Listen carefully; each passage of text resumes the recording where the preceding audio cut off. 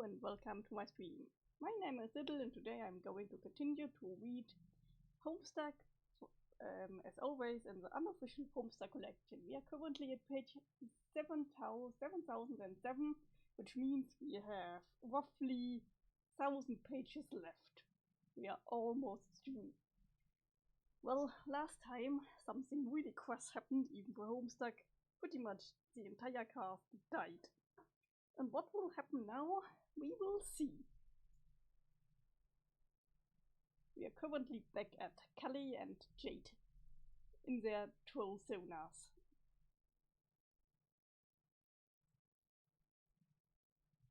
This was your home? Well, sort of. It looked more realistic when I lived here.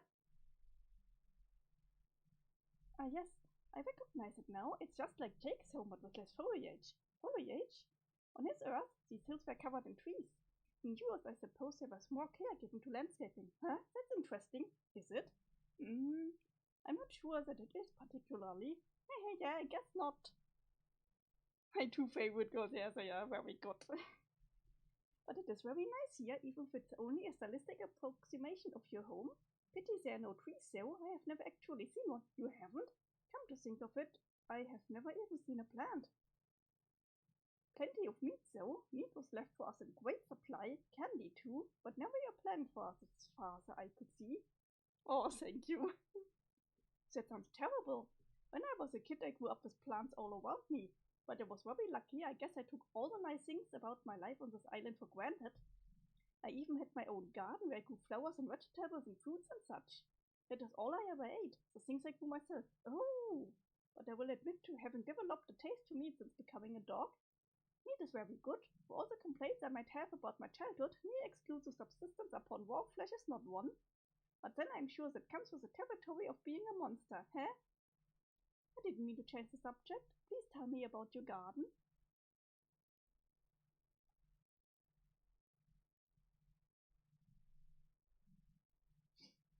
My grandpa set it up for me in the atrium. I would spend hours tending to my plants and playing music for them. It was one of the places where I was the happiest I can remember being. I miss that garden. What happened to it? It blew up. And then I built my house way up on top of where it used to be. In the years since that happened, I thought about rebuilding it as a way to pass the time on my long, lonely journey, but I was too depressed to grow anything. Yes, I believe I can sympathize. What sort of place did you grow up in that didn't have plants? Was it a desert? Of sorts, yes, it was Earth, actually. Huh? My Earth was much less hospitable towards life than yours. I'm sure I was the only living thing left on the planet. That sounds lonely. It was. But didn't you say meat was left for us earlier? Oh, was someone else there? Yes, technically, but he was only there while I slept. Who? My brother. Oh, I had a brother too. It's funny we keep discovering ways that we are alike. Yes, but not so much in this way. For one thing, you and your brother never detested each other to my knowledge. Also, you and he spent most of your lives apart. To you, I'm sure it seemed a cruelty to grow up so divided. But to me, that would have been a great liberty.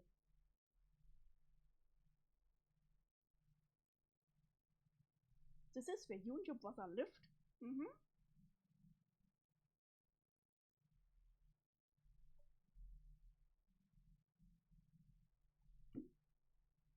Oh, it's a tooth. Kelly? When you said you were a monster, what did you mean? Were you just being hard on yourself, or did you mean it literally? No, I was being rather literal about my true appearance. I see. And your brother looks the same way too, I take it. Yes, we look identical. Though he was surely more a monster than I, he still is. Was this his tooth? Yes, it was once mine as well. But that is a topic which would require some elaboration. To tell you the truth, I would rather not talk about my brother, or anything from my past, really. Dwelling on it for long makes me feel very anxious. It's okay, we don't have to talk about it. It's just seeing this tooth and listening to your voice. I think I'm finally starting to remember something. Oh, what do you remember? I remember you. Me? Yes, I'm quite sure now that we met once before while I was asleep. It was you, and yet it wasn't. Do you mean to say you saw my true appearance? I think so. Egad, I hope I didn't frighten you. I was a little scared at first, actually, but it was not so much because of what you looked like. Your voice was the same, and I can tell now that you're basically the same person she was yet. You seemed so different, so much more serious, although you were god tier. What do you think it means, Callie? If that was you, but not quite you, then who was it? That was a version of myself I could have become, but for whatever reason did not. She's the one I'm supposed to find, but it would seem you found her first. I see, an alternate universe version of yourself? Yes, the version who was able to defeat my brother before he could commit his mayhem. That makes sense.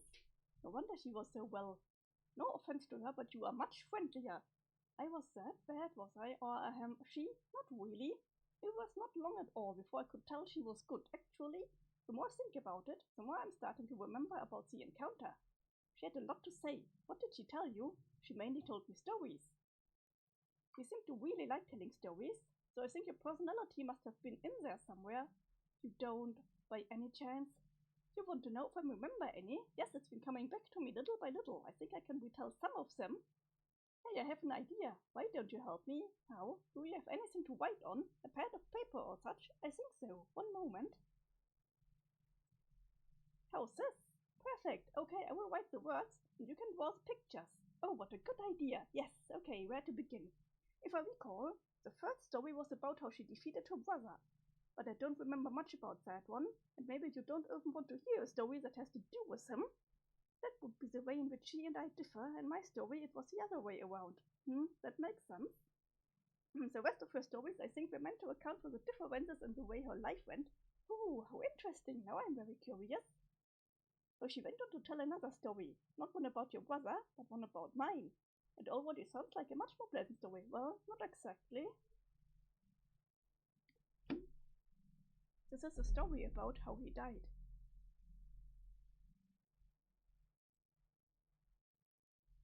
The powers you were talking about earlier. Huh?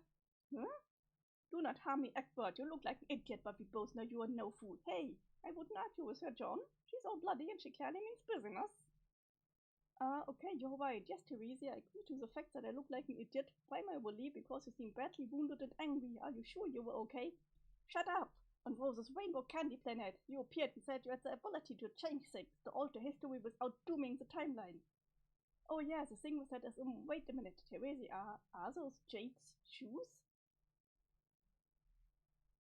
Maybe. Maybe? Yes. Yes as in yes, or yes as in maybe. Yes as in maybe. Teresa, why are you wearing Jade's shoes? Where's Jade? Jade's dead. Oh man, not Jade too, are you sure? Yes, John. You mean like dead? Dead? Everybody's dead, John. Everybody? Even Dave?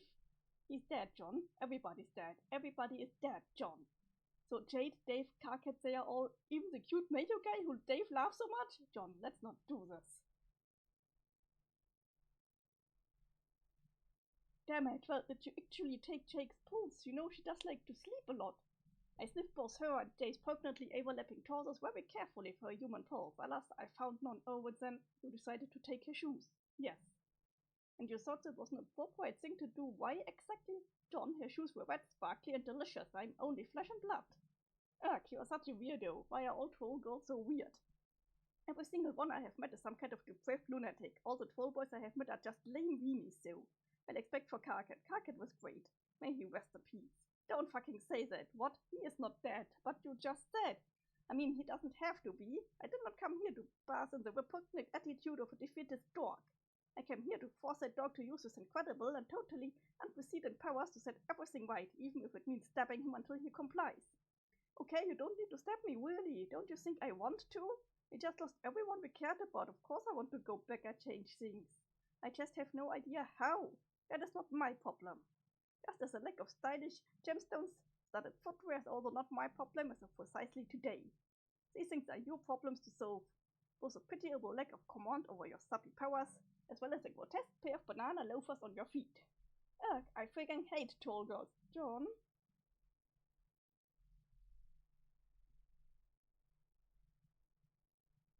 What? Have you ever seen your Denizen? No, well, I almost did once. What happened? I was tricked into going to see him early by a blind prankster who shall remain nameless. Yeah, Therese does not like this. But at the last minute I was talked out of it by a pal from the future. I wasn't ready to see him yet. I would have died if I did. Okay, but like, what if you are now? What if I'm what ready? I mean, if now's not the right time, then when even would be? I guess you have a point. Would that actually accomplish anything? So, I don't know, man. I'm just spitballing here. They're supposed to be these enormous monsters that you either fight or you listen to their riddles and they help solve all your problems or something, aren't they? More or less. I think the purpose is a bit more mysterious than that, and I guess more like majestic. Majestic? I don't know. I'm probably not the best guy to ask about denizens. Jade met hers, but she's. The sprite could explain it better than me. Didn't you ever talk to your sprite about them? Nah, me and Fifetta never talked much about that stuff. We mainly traded lame puns and talked about our shitty laugh lives. You did? Well, what kind of sprite did you even have? Never mind. I did not mean to touch upon yet another sad subject. Anyway, maybe you're right that my denizen could help me with these problems, but at the same time there are so many problems. Even if I learned to control my powers better, we would still have to deal with all this glitchy bullshit. I kept that around and fixed everything, but if it's all still garbled, how would I even know if it was fixed? Maybe you were right, Roxy. What if it's all too much to overcome this time, even for Typheus? For Typheus? I have heard enough. John, you have slandered our trome males as weenies, and while I couldn't possibly dispute his characterization, today I listened to excuses from none other than the supreme weenie himself. Now what Voxy wisdom hasn't steered us wrong so far. I know, I laugh, and Voxy starts out as completely drunk and then she turns into such a great character. She has a great character development in the whole comic, really.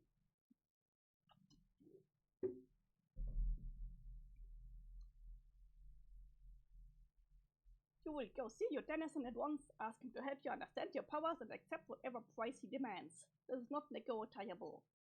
God, alright, I was going to agree to see him anyway. Can't the guy just think out loud a bit before making a big decision? No. Oh, okay, my bad, I guess. Yes, stop thinking you have always been terrible at it. Leave the mind work to me. Nothing endears like a really good character, I guess we would know, yes.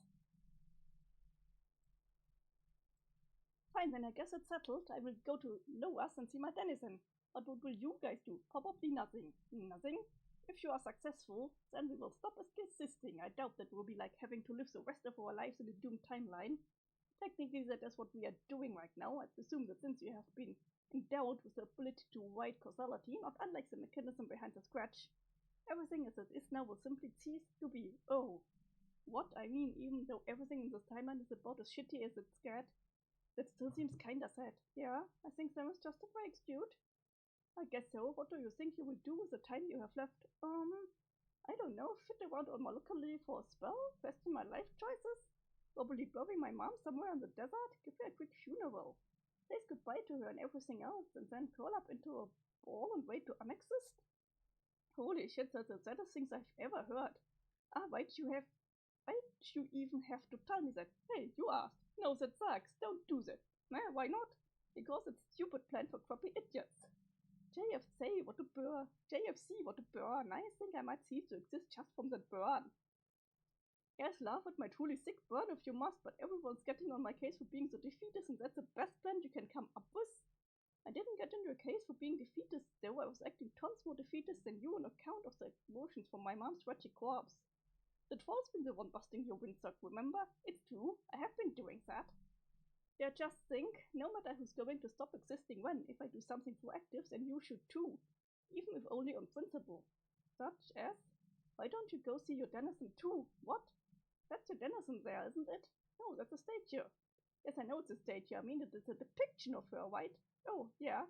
So if I'm going to see mine, why don't you go see yours too? Go see Nick's. Why? Why not? Because I'm not the hero with a magic fix literally everything powers that need mastering. No, but you still have things to learn, don't you? Did you ever make that spike ball? No. But what would even be the point of that anymore? I don't know. It's just a thing you were going to set your mind to but haven't done yet. Just like I said, I was going to get that magic ring so you can give it to your friend. Remember that? Yeah? I haven't done that yet either, but that doesn't mean I have to give up on that idea. What if, after I see my denizen, what if I could still do that? I'm just saying, you have no idea what there is to learn from her. Maybe finding out what there is to learn is most of what there is to learn. What if making alien spike balls is only the beginning of understanding your powers? What if she can help you channel some sort of incredibly voidy thing? Voidy thing. Yes, like a windy thing, but with void instead of wind. What's a windy thing? Windy thing is obviously a bunch of damn wind blowing around. So, you're saying she can teach me to make void blow around? No, I didn't mean it that literally. I mean maybe something more abstract like, I don't know, learn to phase out of reality and somehow preserve yourself in the void even if I alter history. So that maybe when the time is right you can just pop back into reality. Wow, you really think you can tell me how to do that? I have no idea, I'm just saying, who knows? Not to be a wet windsock John, but that sounds far-fetched as heck. Okay, yes, probably. It just feels shitty leaving you here to have a sad funeral and then stop existing. Sometimes, John, just gotta throw a sad funeral for your dead teen mom and then stop existing. Le schwack. Hello, looks. Le schwack, my love, but I'm not going to see my Dennison unless you agree to see yours. That is a deal and that's final. Damn, son, as in damn, little offspring of some peeps I know. Shit be strict. Alive, Lalonde, just do what he says. Pointless obstinacy is a shared familiar trait which is most unwelcome at this time. Okay, fine. I'm gonna see some big ass goddess of the night if it'll make you get this show on the stinking boat already. Thank you. That is all I ask. So, now I guess, like this exact actual second then, I don't know, probably. Alright, I guess we should, like, go then. Yeah? No time like the present, right? Right. Then, so hey, if this works and I somehow erase you from history, I mean, this version of you. Haha, yes, that happens in It was nice to meet you. This is fucking brutal. I mean, I think things are kind of falling apart right now, doesn't it, in a different way? I'm not about to spend my final moments slowly bleeding to death while two human dogs, oblivious to their own painfully evident romantic tension, fumbles through a drawn-out series of awkward goodbyes. Didn't you just meet like today? Yeah, yeah. Jeez, someone flogged me with another shitty clown. I can't take on 1 minute with your adorable dweebs. You caught me at the bad time, Egbert and Lalonde. Any other day, I would be teasing you about this in a playful attempt to make your boss uncomfortable by giggling manically. And look at me. I said, look at me. Does it strike you as a face which is prepared to giggle maniacally? He's kind of channeling a part of Whisker right now. I'm declaring this meeting of tragic yet adorable, completely and utterly adjourned. Now say goodbye. Yes, there you go, just like that. Hey, what, you're just going to walk away? How about a hug? Yes, the thing you do with your arms. No, not me, don't touch me, with each other. Okay, just a little closer, and there you go. This isn't a blast of research people. Alright, I think that's going to do it. The goodbye has been secured. I mean, really, how do you even function on a day-to-day basis without me? How does anybody, Maybe they didn't? I guess it explains the mess we are in. Fucking Eureka! LMAO. Scarf Troll, you're pretty funny. Hope I meet you again. Or at least some version of myself meets some version of yourself. Ooh, what an abstract wish. Fantasy wishkeeper dream twist. Don't even know what that meant enough to make it happen or not. He and his loyal interest of legend wizards just working at each other. Okay, so good luck fixing all the chit, John. Anyway, I'm out, racing down to the core with a sucker for Dennison times. Later, dudes. Poof. Bye. Hey, she didn't hear me. She was already underground. But yeah, I guess I will get going too.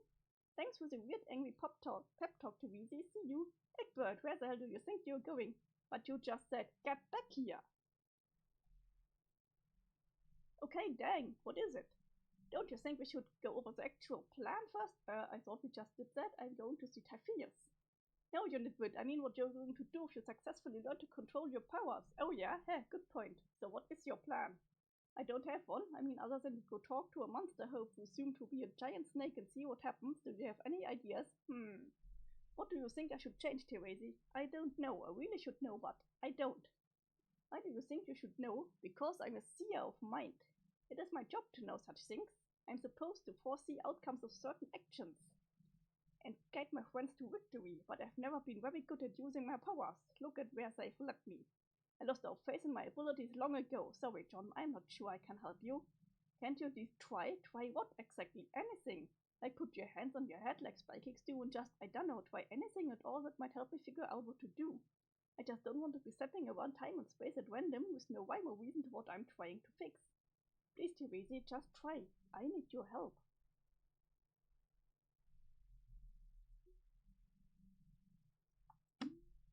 Okay, I will try something. Cool. I have no idea if this will work, if there's even any theoretical basis for it working, but I'll need you to do something. Let me try it. Okay, what? Try to hold a certain thought in your mind as clearly and steadily as you can and tell me what it is. A thought? Like what kind of thought? I don't know. Some idea, an image, or maybe for a phrase? That might be simpler. Sure. What kind of phrase? Any phrase, as long as you are sure you'll be able to remember it clearly later on. Hmm.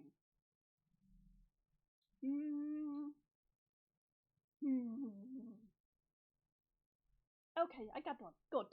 Tell me. There's no place like home. Okay, this is kinda cute, John.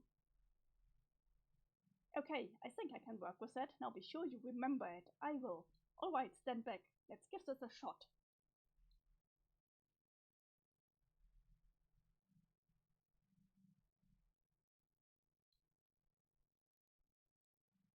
What happened? Did it work? No. It did not. Well, damn, it was worth a shot, I guess. I'm sorry, I can't help you. I can't help anyone. You'd better go. But what will you do? I will probably just bleed to death in this desert, alone and irrelevant. That's so shitty, so what if you stop? Just stop. There's nothing more for me to do. I don't even have a Denison to go with it. My friends are dead and I wasted my life. It is over for me. And you're the only hope we have left, so get out of here.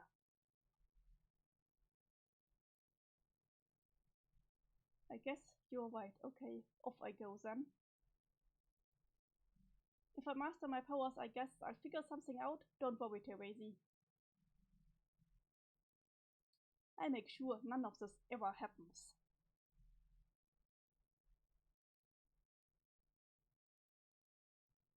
I'm starting to remember the things you told me so vividly now. It's amazing what a creative project can do to get your mind turning.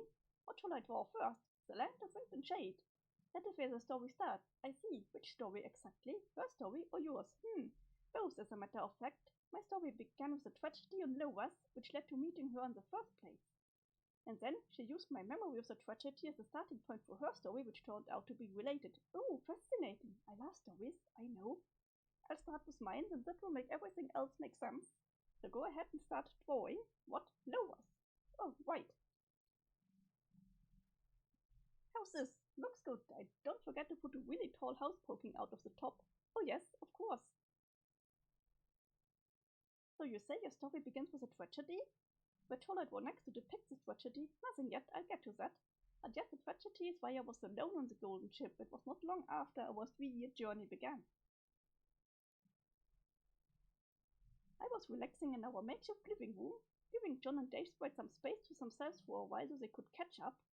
John wanted to visit his home again, so I happily obliged and shrunk them both down so they could hang out in this tiny tall house. It seemed like the nice thing to do. But I came to regret with the decision more than any I've ever made. I was minding my own business when out of nowhere, Lowas exploded. I couldn't believe it. It was totally inexplicable. There was no trace of them at all. They were both dead. I suppose it must have meant John's death was heroic, but I couldn't for the life of me imagine how. To me, it was as pointless and arbitrary as a death could be. I looked within myself as hard as I could to see if there was some power I had in all my omnipotence to bring them back, but I couldn't. They were gone. I would spend the next 3 years on the ship without my 2 best friends. Sure, there were still consorts and chess guys to keep me company, but the loss was too much for me to bear. I felt so alone. Weeks and months went by. I didn't have the slightest sense of how quickly or slowly time was passing. Any sense of purpose to reaching the destination had vanished, and delicious though it was, no amount of Nana's cakes would bring me comfort. Towards the end of the journey, when I'm feeling particularly despondent, I know exactly how Jade feels here right now.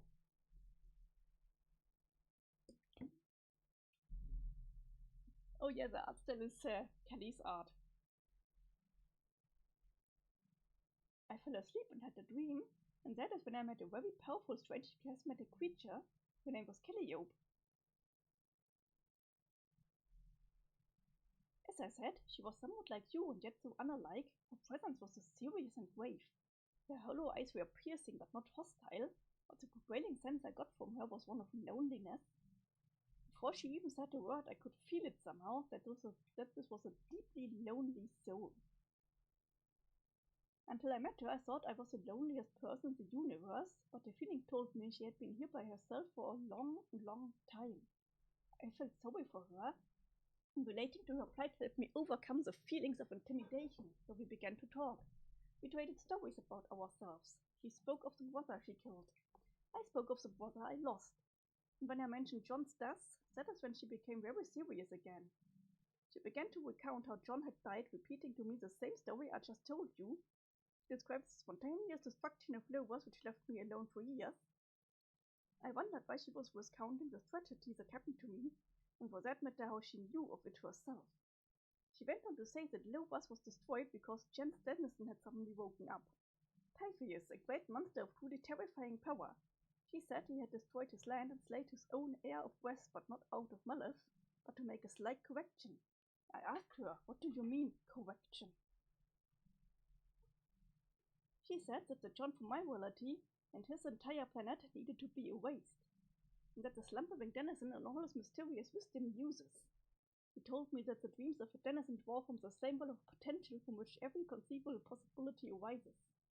The same place Gaia gets its power from, so if an agreement with a Dennison is reached in one reality, that same Dennison in another reality could become aware of it and respond accordingly. It seems that John, somewhere in some other plane of existence, had made just such an agreement. She said that the John I knew, like herself, was only one version of a person. There was a different version of John from another reality, poised to play a more significant role. You see, the John from that reality, in an act of desperation, had come to see Typhoeus and struck a bargain with him. She would go on to explain the nature of that bargain in the next part of her story, but from my perspective, the consequence of this bargain was to lose my friends and to live with that for years without understanding why. Losing them still hurt, but I was so relieved to at least understand the reason and to realize the senseless deaths were actually serving a bigger purpose. I thanked her for letting me know. She told me she was not human and had no frame of reference for empathizing with my feelings, but if there was one thing she could relate to, it was the feeling of being alone, the feeling of waiting for what seems like eternity by yourself until finally your purpose presents itself. I feel sorry for her, or for myself I suppose, but then again, that feeling is nothing new. It's an odd statement she made, so what? Not having the frame of reference for empathizing with human feelings.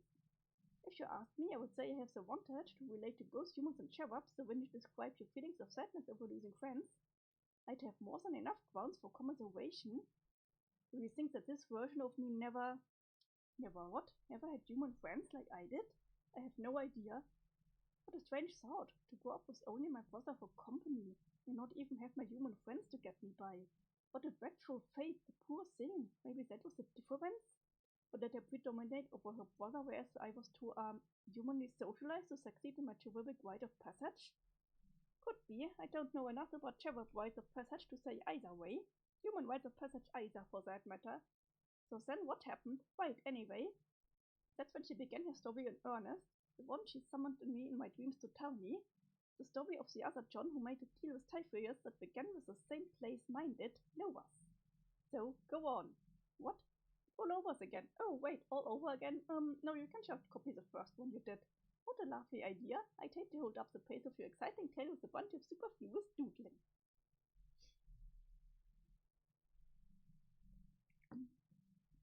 Good enough, yes, but there are also supposed to be glitches around. Glitches? What do you mean by glitches? Like computer glitches, I think. That sounds hard to draw. Okay, why don't we not worry about showing the glitches for the story? They would just make it harder to see what's going on. Which is probably the point now that I think about it. The point of what? I never thought much about it. It just seemed like a weird detail she mentioned, but I guess it was some strange form of corruption in their session that made everything harder to understand. Where did the corruption come from? No idea. I guess it was just one more way everything got messed up for them. Like just another tool obstacle for a hero to overcome? Oh, that reminds me. You need to thwart John there as well, right though? There you go, one hero sends the rule obstacles. And she mentioned that I didn't give it a second thought, but now that I'm trying to reconstruct everything and tell you what to draw, I guess when you're trying to tell a story, it forces you to think a lot more about everything than when you are just listening to one. It is quite true. Perhaps you should start writing. How did she begin? Let me think. Maybe we should pause before I go on. Pause? Like some sort of intermission? So I can collect my thoughts a bit and to give the audience a little teaser between two significant arcs. We've had it for a pretty good while there, after all. What audience? Well, that would be you in this case. Oh, I know. I can doodle a quick story about the antics of the silly combat on the golden ship before moving on. We are doing this again, I see. One of the things I did to pass the time on the ship was give them funny names. Let's read our cast of characters for this intermission, shall we? Let's see, there were Pebble Poggers, Zips Ahoy, Neck Be Nimble, Glowpoke Malone, Jade, Editive Clubs Budget, Fit T. Herbert, Dr. Sausages, Yiff Yiff, Jade, huh? I'm sorry, but I don't care about this right now. Your constant friends are so very cute and their names are silly and I love them all, but I want to hear the rest of the story. Please, let's go back to illustrating her story. I'm so curious. Please, please, please, please, please, please, please. Wow, okay, sorry. Yes, you write the stupid version. Let's continue. Kelly, your hand. Truly meteors and meteors and meteors. I guess so many layers down that we are never taking it back. Yes. Also, Kelly just did lose her disguise. Only for a little bit. Oops, pay no attention to that. Do carry on. So anyway, like I said, she just finished telling me that she was able to beat her brother in this reality, but apparently that wasn't supposed to happen. So she lived out the rest of her life in the doomed timeline and eventually died. She didn't mention how, and then she did this kind of fancy transition. And I don't think I'll do it justice. And transition to a story about my brother who was stuck in a doomed timeline too. I think I'd mess it up if I tried to match what she said word for word. She had a really fanciful way of putting things. There's no need to try to recite what she said, just tell the story in your own voice as you have already been doing. It will be more fun that way. Okay, so the bottom line was, almost all our friends had died, and John's only hope was to return to his planet and attempt to complete his personal quest. As you know, we all have personal quests that are unique to our planets. The nature of the quest is never easy to understand at first. They are presented to us through animatic riddles, conveyed through the lore of the land. For John, it was to journey to the place where constellations danced beneath the clouds. It was said the air of breath was to free the stars from the shade and release them into heaven. This was just a mysterious way of saying what he really had to do. The stars were actually fireflies. They'd been flying around trapped beneath the overcast sky ever since Jinforce brought Lovos into existence by his arrival, and paradoxically, they'd been imprisoned there for ages even before that. That is the way of our lands. They are newly born the day we arrive, and yet they always were. To free the fireflies, John would have to play a special song. It had to be played just right to summon the breeze through the pipes, but there was a problem. The pipes were all clogged with oil. The first day John came to his land, oil began oozing up from the core, flooding the pipes and filling the oceans. To play the song, first he would need to clean up the oil, and to do that he would need to face the slumbering one himself. He would need to face Typhoeus. But as he wandered through the catacombs down to the planet's core, he wasn't thinking about freeing fireflies or cleaning up oil. He was seeking the help of his denizens to master a power he couldn't control. Luckily for him, denizens always seem to understand what you want, and more importantly, what you need, whether you know it or not. Is something wrong, Cully? Go ahead and draw Typhus. Oh, yes, you do know what he looks like, don't you? I believe I do. It doesn't have to be perfect, just for a big green snake monster. A big green snake monster, you say? Yes, the snake monster with the most unspeakably hideous face you can imagine. But you don't have to be too literal about that. If we do something a little more representational. I'm not sure if I'm particularly comfortable rendering such imagery. Why not? It strikes me as rather innocent, for reasons I would be too embarrassed to explain. Let's okay. Why don't I board? Very well. That you must excuse me if I giggle. Okay, but I don't see what's the incident about a big old snake. Teehee. Lol. Oh my god, Jay, this is too cute. When John got to the core, he arrived to find Typhoeus awake and ready for him. He was presented with a choice. Stop, you're gonna make me crack up too. This part is serious. Apollos, please. Snort. I can't snort in command, sorry. Go on.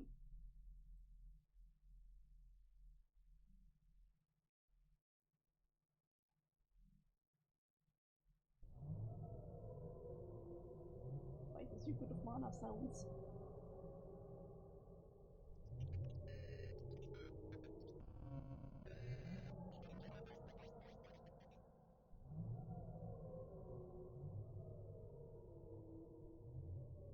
His choice was presented as a kind of riddle, spoken in a language only Hugh could understand, spelling out the conditions he must accept. Speaking from experience, once a player is given the choice between two courses of action, it will hardly feel like a choice at all. If the heart is in the right place and the right thing to do always seems obvious. So John accepted his Dennison terms, and with that, Typhoeus opened valves to the core and flooded it with oil.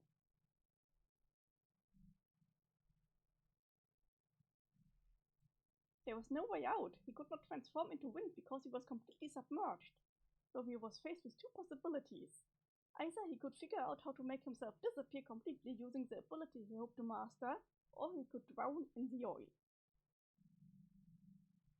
Drowning obviously would have been bad, but disappearing wouldn't be much better. He would appear somewhere else, having made no progress on his personal quest. His planet would still be polluted and he would be no closer to playing his song. Somehow he understood the only way was to conceive of a third option. An idea beyond the simple binary set of outcomes before him, and interestingly, was coming to his understanding, which gave him the first glimpse of how to control the power. He realized it wasn't himself that he needed to make it disappear. It was the oil.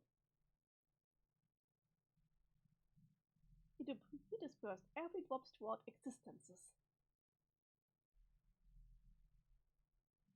Yeah, I actually don't know if the old slotches will already have been there or if they just got put there in this collage.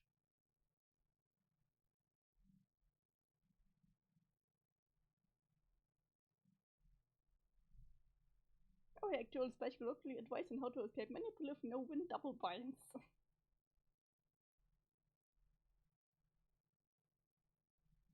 Hey, I'm pretty sure we did never see this picture. What's happening here?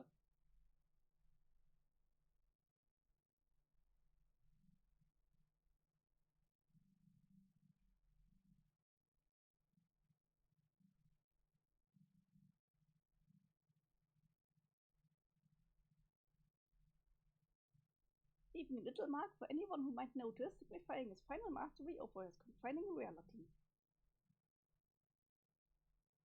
More, and more.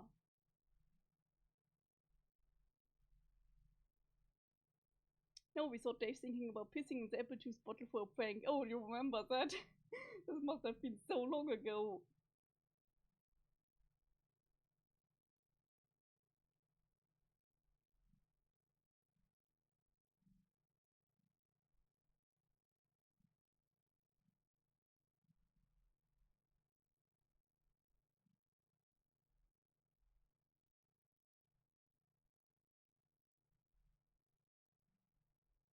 Theme on the Homestuck logo. But more importantly, leaving his planet clean. And the pipes clear. Finally, they were ready to let the breeze flow. So he could play his song.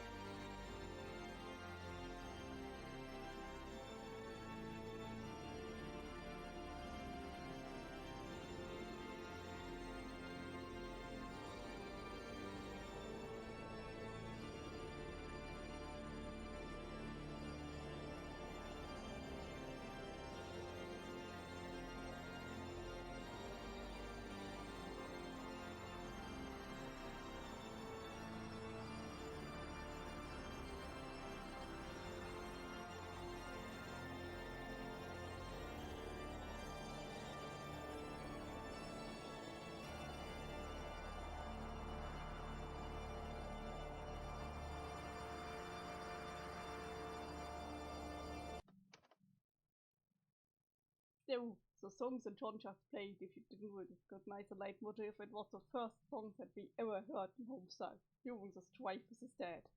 It kinda is John's theme song. It's time for Caliborn, right?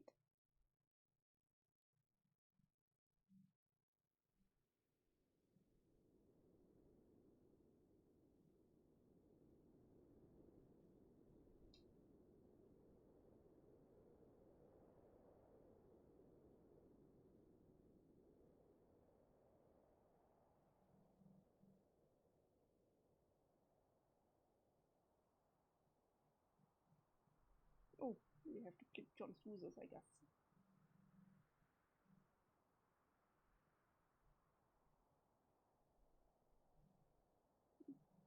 Yeah.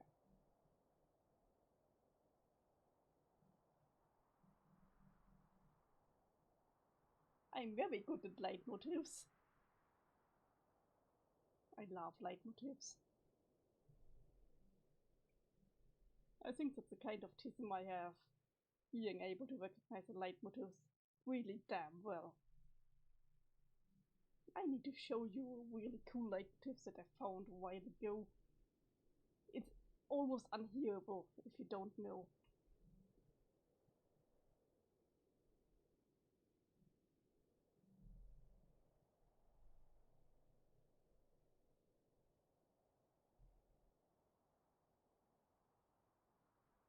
This will take a while until John's there, I guess. Roxy? Which Roxy are you? Stop!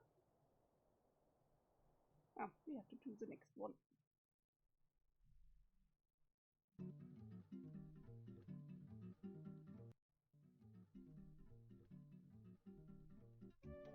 You find a spunky babe in a cool blue outfit hanging out on your planet. She doesn't belong here. What the hell is going on, you wonder loudly? To interrogate the rogue teen babe for answers. You mean girl, rogue teen girl. Stop. Stop. Stop. Stop. Stop. Stop. Stop. Oh, stop. Elevator stuck with meows.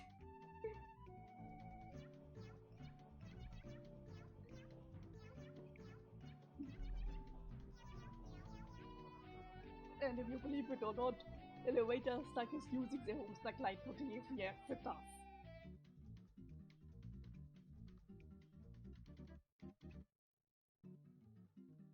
Although you kinda can hear Undertale music already in this one. It's the Toby Fox one. It's clear.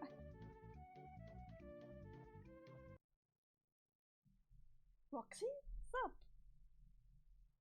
What are you doing here? I thought you were going to see your Dennison. I did. You did? Yeah? How did it go? It went okay? Yeah, what happened? Oh, you know, venture to spooky subterranean lair for a bit of catharsis and life-altering monster real talk. Okay, so this is a funny way of putting it, but yeah, me too. I think I like it better with meows, and yeah, it does sound very Undertale. Yep, I figured your monster quest happened. I mean, once the gross black shit disappeared and the wind started blowing like a motherfucker. What did your monster say? I mean, you are. Hey, maybe we should try to be more respectful about our god monsters who name's Nyx. Wait, what did Nyx say? Did she speak in the weird babbly language that you could still understand somehow, even though it made no sense? Fuck yes! Was downright incomprehensible in the most mysteriously understandable way. Haha. He told me this riddle thing that basically spread it out all out for me. I got my options where and what would happen if I did the options and like the metaphysical and moral consequences of doing those options. Yeah, Typhus pretty much did the same thing with me. Typhus was the name of my snake monster, by the way. Oh, you had a snake monster? Yes, he was awesome. So did Nyx give you some sort of challenge to overcome? By doing so, you could get in touch with your powers, which enabled you to appear here by doing like this incredibly voidy thing that let you phase out of existence and magically appear with me in this weird plane of reality? No, she pretty much just told me to fly to your planet, so I did. You mean, like, you just wrapped up your conversation with her, left her there and then flew to Lovas? Yes, okay. Hello, my foe, I know right now, wow, what a quest, but when you think about it, it was the total obvious thing to do. Didn't know it at the time, but you were gonna make your whole planet disappear. If I wanted to keep persisting through your history, altering hijinks, and all we had to do was come along for the ride, No monthly night magics needed. Yeah, fancy bugs of fireflies. Yeah, that makes sense. There were stipulations, so, and steps, if you will. These are with buttloads of opaque goddess whittles. Wait, you mean the choice thing? Yes. But where's the mad steps? She said, keep in mind I'm paraphrasing. Paraphrasing is even a thing you can do with stuff set in unfathomable monster jargon. That either I could stay behind and vanish into nothingness forever, and everyone in the new reality would inherit all the big-time responsibilities, including a version of myself who had no memory of any of this, never experienced all the loss and sadness I just went through, or I could go with you, but in doing so everyone I loved would know that loss instead. WE, that means... Yeah, Typhus gave me almost the exact same sort of choice, something about other people feeling the loss I felt if I accepted this challenge. Which I'm sure is probably not good, but I mean, what else was I going to do? I couldn't just let things stay the way they were. Yes, exactly. Like heavy sounded ominous as shit, but there was something that didn't sit well with me about doing nothing. Accepting her terms just felt right, you know. Yes, so here I am. Yes. I'm glad it worked out like this. I was fully prepared to do this alone, to hop around and change things in whatever way.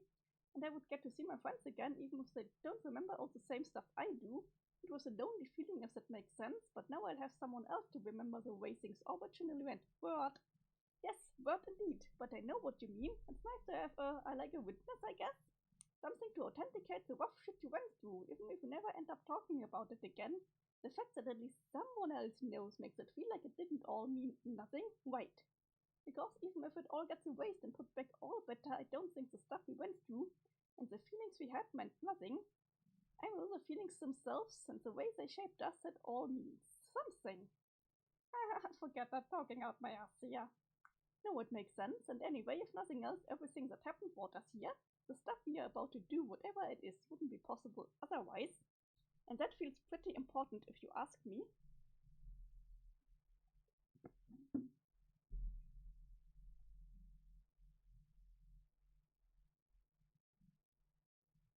So, all that wind, that was you, right? Yes?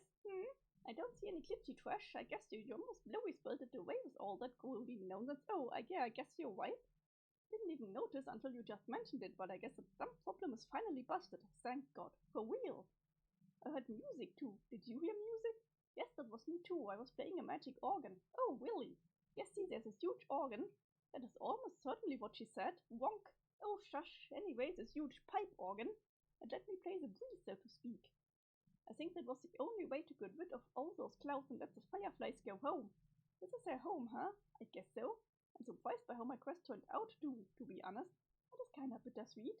Seeing all of Twinkly Herbert's brothers and sisters going home. Twinkly who? My pet firefly. I'm guessing this is where he was from. Oh, they all seem happy so. Look at them all blinking away into the blank as yonder. Yep, they are all blinking away. Wait, does this mean the fireflies lived in the comic all the time? Why is the sky blank, by the way? It's blank because it's nothing. Nothing. Why is it nothing? Where even are we? It's nothing because we're literally nowhere. Oh, okay. How can you tell it's actually a field of nothingness? It's supposed to just a bunch of regular empty space that happens to look vaguely neutral. How can I tell? I guess I just can. No, but how? Why don't you ask yourself? You're the one who asked me why it was blank in the first place. Well, why did you choose the term blank in your question? Damn! Owned at the philosophies. So owned. You will find I'm the best there, said Zeus. It's true, I'm always getting owned at Zeus by you and your kin. Recently, your crazy dog sister was schooling you on perfectly generic cubes. You mean generic objects, generic thought blocks. Yes. Now you're dropping truth bombs about blank skies on me. Shouldn't I be like innately stellar as the sort of stuff as a white player?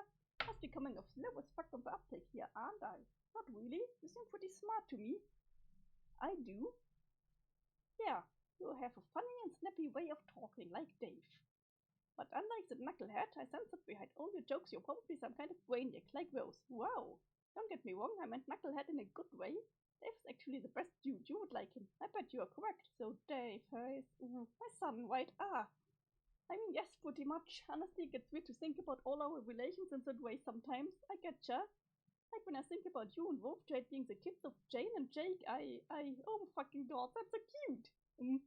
So what is it you think's weird about Dave being my son? I think we should just change the subject. Alright. What were we talking about again? We were talking about blank skies and fog blocks and such. Oh, yes! And you thought you should know more about things like that as a white hero, which reminds me, did you think you were any closer to making that alien egg? I mean, after seeing Nyx, did you feel like a power boost or anything? A power boost like Mega Man or? No, not like Mega Man, I mean like... You were asking if she taught me to do the voidy thing? Well, did she not, dude? I told you. We did our chat in some horseshit elven baloney tongue and she just told me to come here. Like that's literally it. Go to planet if you want to live. So I did. There wasn't really any soul searching or getting in touch with my inner miracles.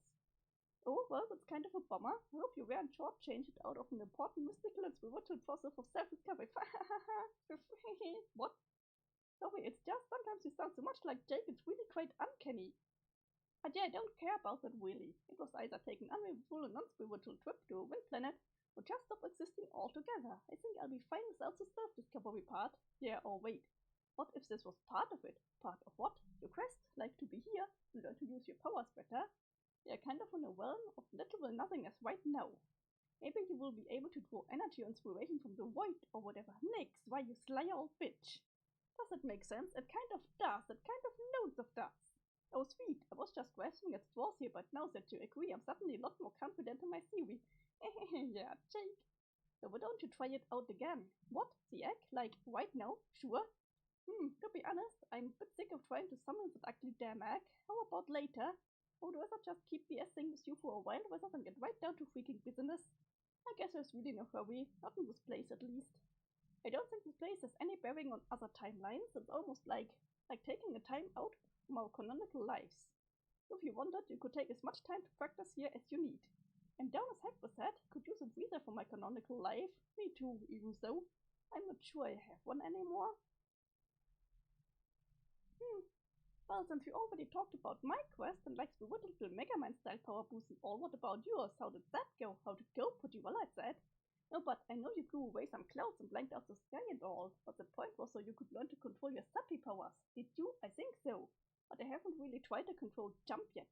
I see. Well, when you do, where do you think you'll jump to first? I have no idea. The thought of changing the timeline is still mind-boggling to me.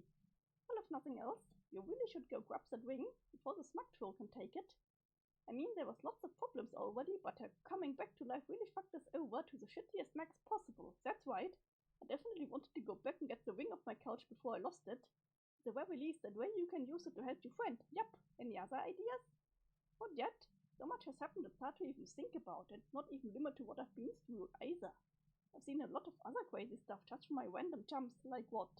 Like what? Like the last place I was actually? Just before I came back to find your session in ruins, Haha actually got into a pretty serious fight. So? It's this guy, a Skull Kid. He's a huge asshole and a horrible artist. You saw the Skull Kid's drawings? Unfortunately. In fact, I was in his drawings once. It was a true nightmare come to life. I'm pretty much convinced he's the guy behind all of the problems we ever had, even though he's a complete ignoramus. Then you mean it was Kelly's bro? Yeah, probably. I have a feeling someday we will all have to take him down. But probably when he grows up to be his adult self. When I bet him up, he was just a teen scamp like us, but with a skull for a head, a robot like a cape which I ripped to shreds, and a pair of dumb suspenders. You bet him up? Damn, you all must be strong. And not particular, I was just really angry and I caught him off guard one of the enemies. Fuck his enemies. They were quite literally the worst enemies I've ever seen. I hope I hurt his drawing hand and he never does any more ugly art for the rest of his stupid immortal school monster life. Yeah, I know that guy. He used to troll my friends all the time. Wait, no, he used to cheer us. He was a tool.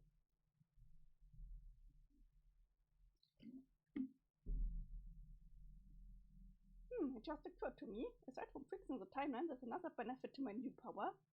Once we all decide we are ready to fight him, I can just step us all right to him. We could take him by surprise again. I really doubt he'd be able to handle us if we all robot him at once. That's pretty good thinking, but maybe we are getting ahead of ourselves here. Maybe plans for Rumble Royale with Mangaka did go out of the shit banks. We should probably focus on bringing our loved ones back to life first.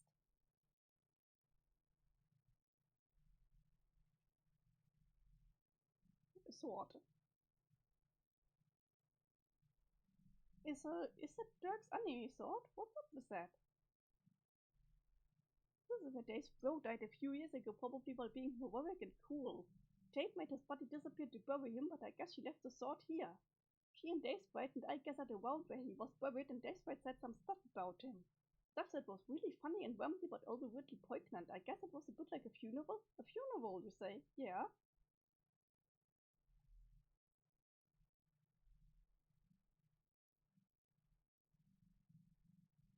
Yoink!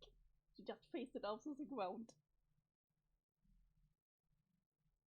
Anyway, you're right. Taking a break from the mayhem is nice and all, but I should probably get going. I have a lot of responsibility now. I hope I can live up to it. Well, to quote an extremely wise and tiny dude I once knew. Oh man, he was so wise, I hope I don't butcher his quote, but I think it goes a little something like, "You can handle it, John. I believe in you." Oh, thanks. Remember what I said too about practicing voidy stuff? I will. Good. Alright, cool. Yeah. Yeah. Cool. Damn it. What? We're doing this again. Doing what? Being awkward instead of getting our shit in gear. Haha, whoops. Too bad without his gas will end hit coordinate and never still said goodbye. Yeah, it's just as well so. There's no need for goodbyes. If I really can control it now, I should be able to come back here anytime I want, which means I won't be gone long. Okay, I will be here, waiting, training, partying with those yellow lizards. Those are salamanders. Fuck! Later, Roxy.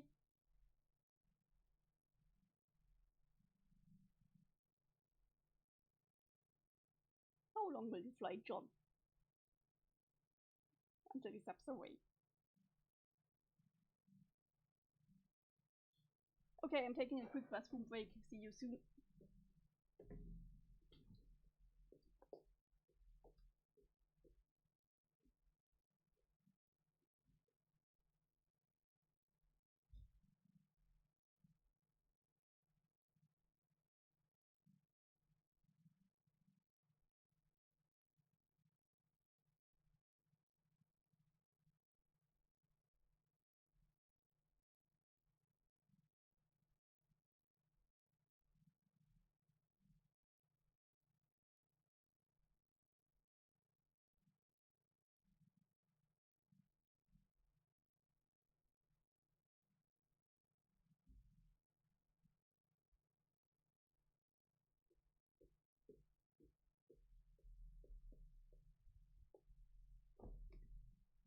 And I'm back. Let me just get my blanket in order.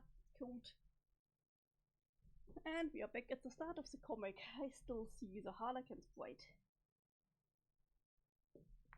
And the meteor. Hello, got here, John. Yikes.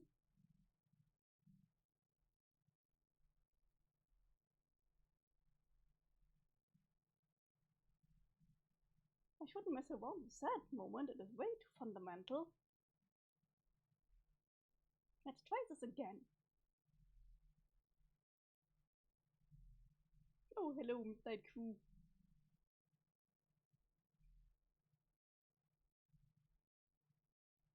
Oh, John wonderfully. Yeah, you really see how the art style evolved. Oh no, whatever is going on here, this is completely useless to history. Let's get it together, John. You've got to go somewhere relevant. Try to think of something that would help target a certain point in time. Try to think about one of your pals. Oh man, look at him, how he stares. Even the head goes up.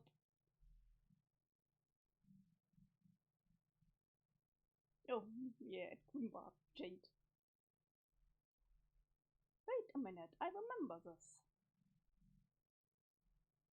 Hey, you shouldn't be here. What? What the hell? Gotcha.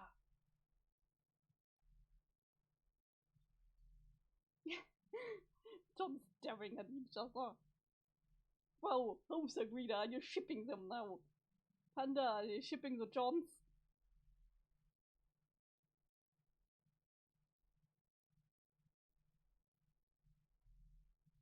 Stop fooling around and go find Roxy, you dumb goof. Who's Roxy? Ow! Wow, I can't believe how naive I was. I ship anything that moves if it presses a white button.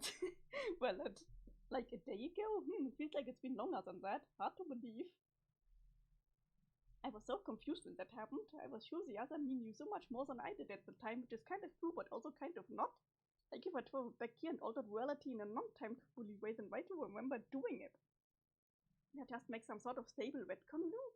Does it even make sense? I think I did the right thing though, stepping my other self out of there. It's like a retroactively preemptive continuity adjustment. Retroactively preemptive?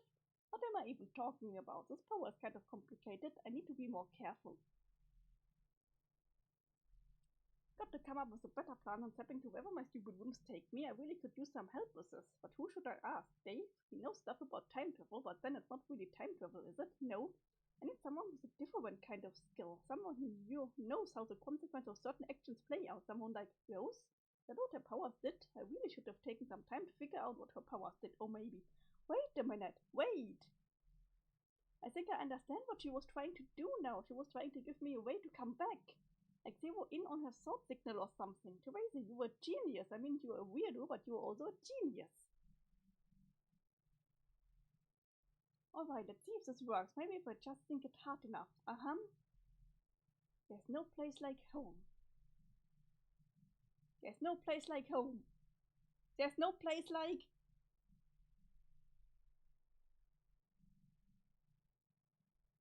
Enter password. And we have to go here. It was home.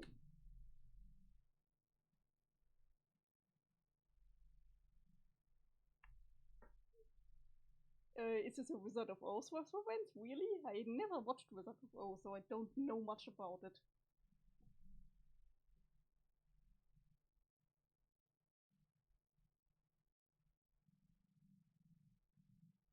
I can't believe that actually worked.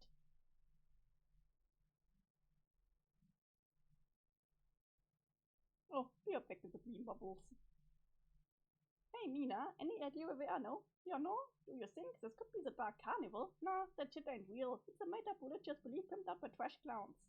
Are you sure? Shall yes, be fake as shit. Of course the religious beliefs themselves are real, making it convenient for anyone who wanna explain the solutions for their own better objectives.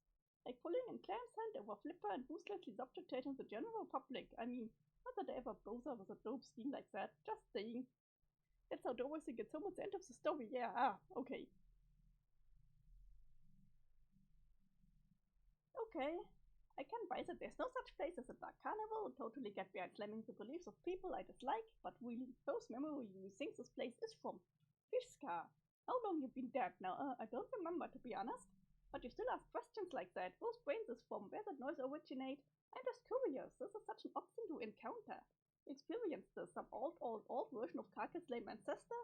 A chat creature from a distant, unrelated session after its post-reckoning getaway, then repopulated a dead planet and started building a amusement parks? I just tend to wonder things. That's in my nature. It could be anything. Could even be a random patchwork of 50 different memories, all contributing to no fun that ever existed in particular. Who cares where they're from? I guess now that you mention it, I don't actually at all. Maybe I was just making conversation. Sometimes I just want to shoot some breeze with you. Yeah, cute. Yeah, so I've heard. The point is, you just gotta keep looking at the deep bubble junk and take it in stoke, no matter how messed up it is or how much you think it shouldn't exist. Take it in stoke? Yeah, like swimming stoke, instead of walking straight, like fish and shit. I knew what you meant, I was just teasing. Why, Iota? So do you want to hang out here a while, or fuck off to some other less ostentatious hodgepodge of memories? Dunno, does it look fun to you? I don't know, does it look fun to you? It kinda does. Yeah, it kinda really does. Yeah!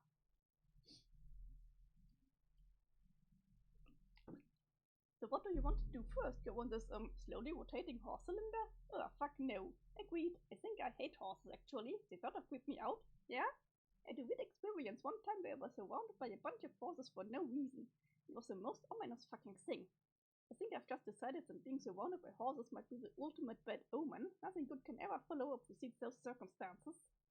I never seen a horse, except I guess a robot kid. Kind, would not recommend. Sounds like a nightmare. Nah, just like a medieval situation prompting a board thumbs down. Not again.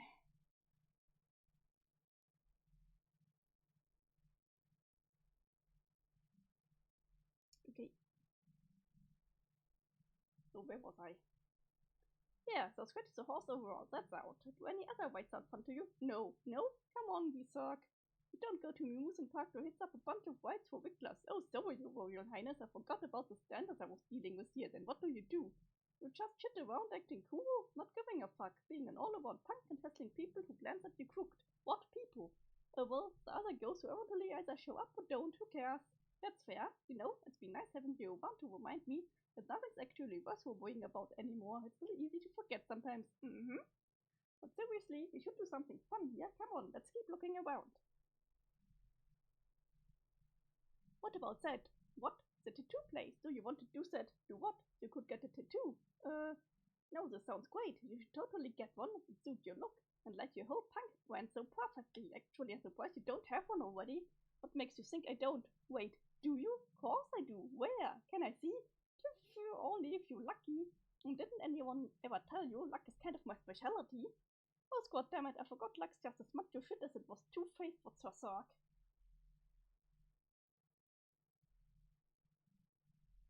Why don't you get one? Me? Yeah, if you think getting inked up sounds so chill, then how about you first? But I don't like tattoos. Why not? Because, I don't know actually. Just an opinion I remember feeling strongly about at one point. Well, do you still? I guess. I just remember having some fucked up opinion about like how they look bad or were about trying too hard or I don't even know really. Like ruining your body with some lame things you'll regret someday. You don't even have a body. I know. Well, I do. I mean, we do, just not in the same way that felt so direly important during our brief and embarrassing stints with mortality. I guess now that I think about it, it doesn't feel like a big deal anymore. Maybe it was just a totally stupid opinion to begin with. I'm down with that conclusion. What will be then? I mean, whether I should get one? Oh, if you want to buy a whale. Yet, do you want a sweetheart or no? Oh no, I don't know. What do they even get? Definitely something nautical. Nautical, eh? Well, there's a shocking suggestion if I ever heard one. Yes, it is a curveball, I know, but I like keeping suckings on my toes. Not a bad suggestion, actually, even if it quite literally is the only one you are capable of at any given moment. I do genuinely love pirate stuff. Okay, you talked me into it. I'm going to do it. I'm excited. Oh my gee, yeah! What is going on here? Should I go? Yes, me. I mean, yes, John. Oh, it's kind of weird talking to myself. I'm not sure if I'm a very big fan of the experience. My parents hate tattoos. I think I could probably get one if I didn't hate needles that I could decide what to get. I never wanted a tattoo. I kinda don't really feel like it would look good at me, I think. I don't like my skin very much. Okay, I'm not sure I'm a very big fan of the experiment. Tell me about it. But yeah, you should get going. The way this experiment worked, you'll find out all about it later. I will. Actually, I'm not sure. Now that I changed how things happen for you, you might not get the idea to come back here like I did. Which I guess makes the situation a true paradox, unlike all those lame, stable time loops Dave makes. So what does it actually mean for me? What I'm supposed to do now? I don't know what it means. Unfortunately, you may not be relevant anymore. I'm the John who is learning to use his flashy powers to reconstruct the timeline, so the responsibility is my shoulders now, not yours. Sorry, I'm just keeping it real. Well, who really knows how it will turn out? Maybe you will still have important things to do. I don't have all the answers. I just know Therese and I have to talk now, so you should go. Where? Where were you about to go anyway? Go see Typhus, do the quest thing. It worked out great. Well, for me at least. Okay, I will. I do hope I get to still be relevant, but I will understand if it turns out not to be the case. That's the spirit. Nerds. So that thing we did with the password, we can use the trick to our advantage, right? That's the idea. If we come up with a list of key sorts, they should be able to do what you just did. And zero in on some of my memories and change a few things. Like what? Good question. We have all made a lot of mistakes. I could name a dozen terrible, stupid things people have done just off the top of my head. But if we wait, probably improve the situation, and yet I don't feel like I have the credibility to hold anyone accountable other than myself. I think I would feel like a hypocrite if I tried to fix other people's mistake. Yeah, I know what you mean. When I try to think of what to fix, all I can do is look back at what did I did wrong. Never should have let that ring out of my sight. Going back and getting the ring is the first thing we should do, right? I guess that one is kind of a no-brainer. Besides, I promised Roxy I'd get it. Kind of blew it last time I told her I'd get it, so maybe I shouldn't mess it up again, huh? What do you think, Therese? But other than that, the sky is the limit. Really, what do we do?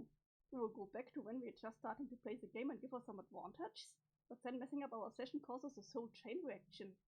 We would have never would have met the trolls or had any reason to scratch the session. If we didn't scratch the session, there never would have been an alternate reality where Roxy and her pals get to play there by meeting us. When you start looking back and realizing how interrelated everything is, it starts feeling like an overwhelming job to fix it. On the one hand, you don't want to change so much that the reality you create is barely recognizable. You want to keep everything as similar as possible, so you get to keep all the lessons you learned and the important experience you had with your friends. But on the other hand, if you aren't going to change something substantial enough to make a real difference by Boza at all, it's like go big or go home, you know, sort of a catch-22 when you think about it. Is any of this making sense, Therese? Therese what? Are you listening to a word I said? Not really.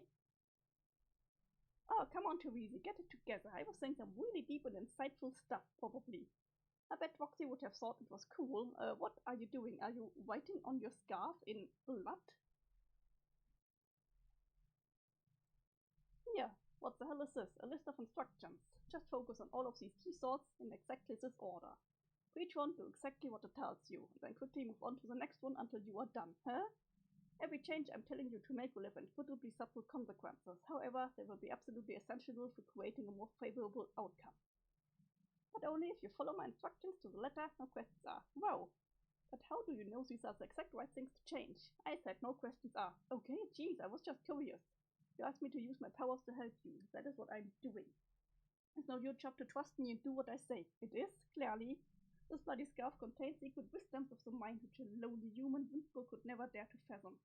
And now the windbow must embrace his role as a wayward heir unbound from the ties of causality and put all his faith in the fall seer to bring redemption to us all. Haha, okay, now I know you're full of shit. Yes? But you please just take the fucking scarf and do what I say. Alright, why not? This is a lot of instructions. All these will take me to certain events in your life. Ideally, yes. Well, at least you have a plan. So I'm to say it isn't the right one. Nobody. Oh snap. Therese, did you know even though you're a weirdo and you probably wouldn't get along most of the time, I kind of missed you. You were one of the first ones I ever talked to. Got off on a weird food with your death threats and joke antagonism, and it's almost like we never stopped being on that food. Makes me nostalgic for simpler times. Do you remember when you made me those maps to follow? In a way, following your instructions will be like that tomfoolery all over again. I do remember. The maps are sent to you by cartographic masterstrokes, and represented a shining example for all who would aspire to hope gullible dweebs everywhere. But let's not waste good sentimentally here. You're about to stroll down memory lane with me in a much more literal sense.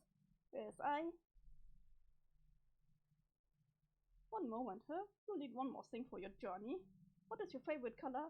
That was a silly question, numbnuts. Yeah, she's already getting the blue one out.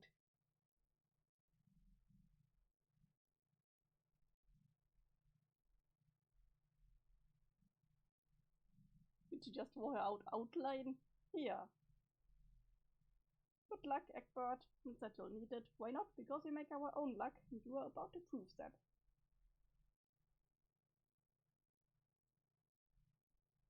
And thus this version of Therese is dead. Even with your typing quirk.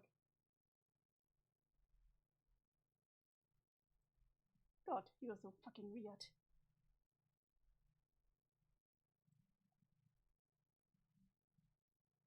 Oh, Jane's coming.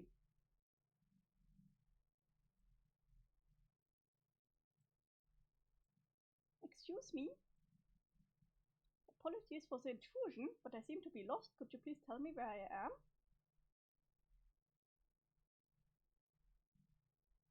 Jane! Oops, sorry. I'm not terribly experienced with the practice of in-person expressions of friendship. Jane, don't be frightened. It's me, Kelly. Oh yes, this was the thing that you always used as your, like, avatar or something. Of course, oh my goodness, what a wonderful surprise. Come here, you. This is an expression of in-person friendship we often refer to as hug. Hee, yes. Though there are stuff I don't like about Act 6, but this one with Kelly, Jade, and Jane I absolutely adore.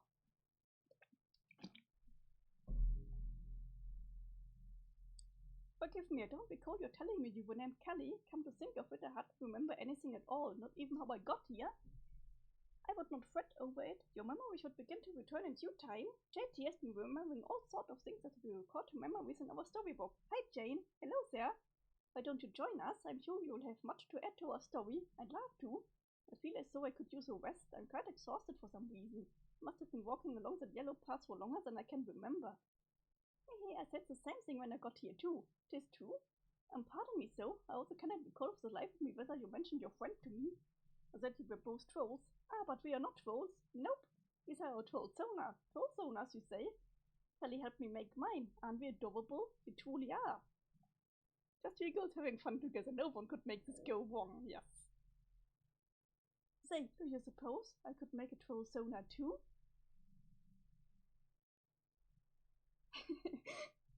Look at them.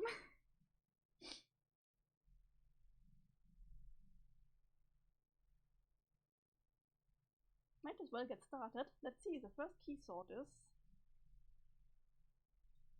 Union. Do I have to sync the numbers too? How do I even do that? Whatever, here goes nothing. I'm going to copy paste them because they will be the passwords.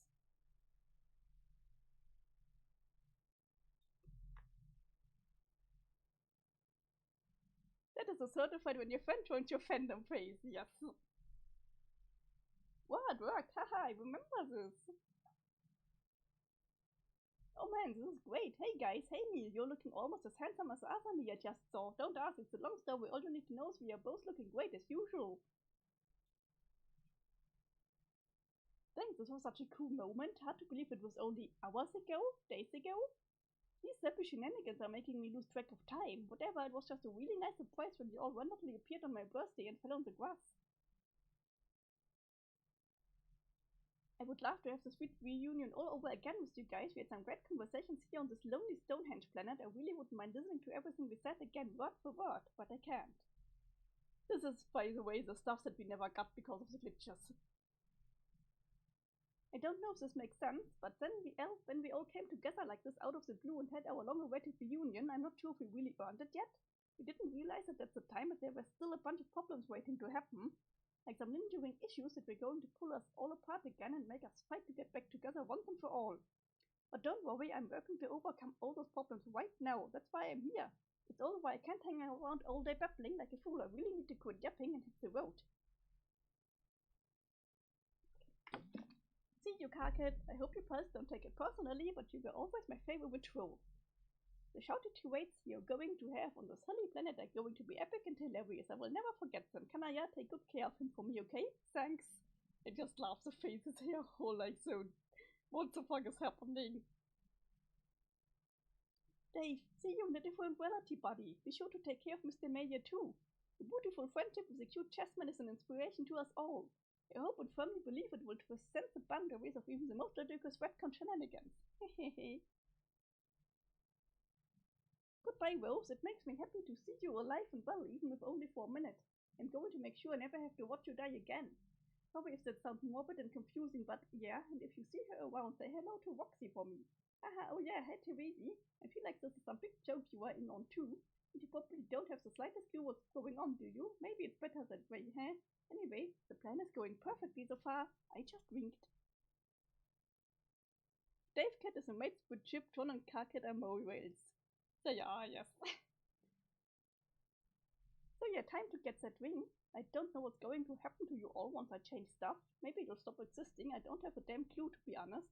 But just so you know, you will always keep existing in my heart. Bye!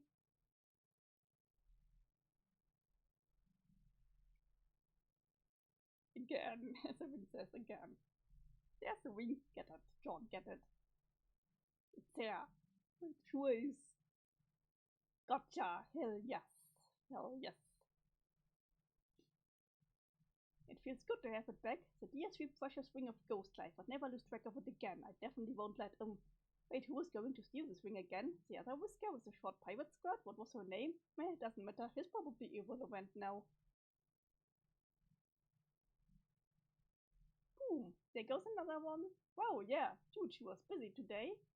I've got to hand it to him. As far as indestructible, related destroying monsters go, he really is tireless. Even though on some level I can tell he's probably a complete mob and his dedication and persistence is actually pretty admirable. Holla! How many ghosts do you think were in that bubble he just wrecked? Dunno, how to give a carb, really? Not just cause I'm a sociopath. What do you mean? Hey, Whisker really got a tattoo. Nautical 1. Ever tried to make a circuit irrelevant sale wax the universe just to fix that you were too white? He's just reclaiming souls who hanging around too long anyway. Before I died I was already like I ain't give a fuck about death much. I looked at it like life had a price of admission no one could afford. In the ticket taker's eyes there's no way you could ever earn your stay, so to stick around you gotta learn to steal. But shit catches up with all thieves in the end, even the great ones. I lived like death wasn't no thing, at all times overdue. A hard stop to being you, and only chumps aren't fine with that, but then I die. And find that dying don't mean what little I thought it did. So all those spook-eyed souls up there scared to death of double dying, fuck 'em. Take this, have I ever told you, for no bullshit fish princess, you sure have a way with words. Yeah, you've kissed my ass before, if that's what you're asking. Oh look, another space prodigy. Damn. I will say this much, all the cosmic mayhem is really quite pretty, almost like the big man out there is putting on a fireworks display just for us. Oh, Lord Muzzle Guy, be thoughtful as fuck. How far do you think he'll go? To find, who was it, his kid sister? Is he really going to keep smashing the black space forever until he finds her till it's all gone? Is it actually possible to shatter a continuum that's theoretically infinite? Shrug. Like I said, got to admire the guy's determination. Still, I can't imagine he still had a very enjoyable existence. I mean, sure, maybe he thinks he has, in the way the totally delusional, egomaniacal people tend to do.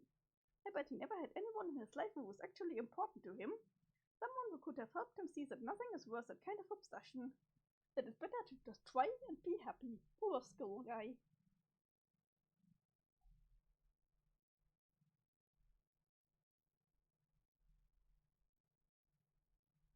Okay, Bloody Scarf, where to next? Framed, huh? I mean, framed. Which I guess is pronounced the same way, but you have to yell it in Theresa's weird, annoying voice. Wow, that was kind of a sick burn. Maybe I should be nicer to her since she is baiting my stupid ass out of this gem, although she died. Okay, here I go. Nothing can make me pity Caliborn.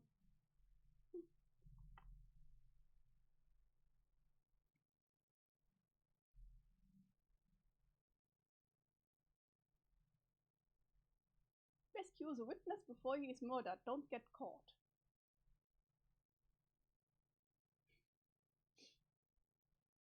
John looks looking like he has doubts. So, you wanted me to steal a stuffed dragon from your room? How is this even the slightest bit important to the timeline? Whatever, maybe stealing this dragon is the most important thing to ever happen in the history of stupid time shenanigans? Who I am to judge. Okay, what's next?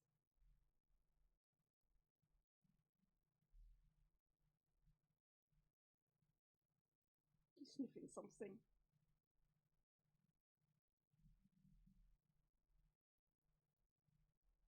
The moment. Moment? Wow, that sounds really non-specific. What moment do you mean, Theresa? Way to narrow that down. I swear Jonah's getting thin on Scribble North missions at this point. Guess I'll find out. This better be good. Yeah, I'll be honest with you. The thing that's happening is going to a thing which I think is really dumb. You will see once we are there.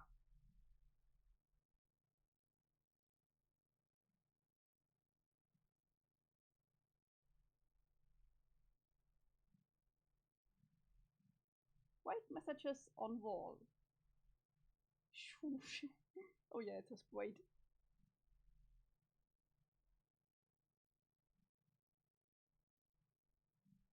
You don't need him. This is John, by the way. Haha. Was he supposed to write this? Hehehe, confused yet, Theresa? Hahaha. This is actually a lot of fun. I'm like the ultimate prankster now. Nana would be so proud. Kind of like if Doctor Who used his fancy phone booth to go around playing tricks on people and that's all he did. Then maybe the show would be less lame. Also, Harry Anderson should be all the doctors. Wow, I should use my retcon powers to make that show happen. Yeah, wow, yes. Like all of the superheroes say, with great power comes great responsibility. I wonder who the wasn't to read this note. Carcat, maybe? And I sure hope Therese didn't send me on a time travel quest just to fix her fucking boyfriend problems. God damn it, Therese. Pretty sure she's meaning Gamsey.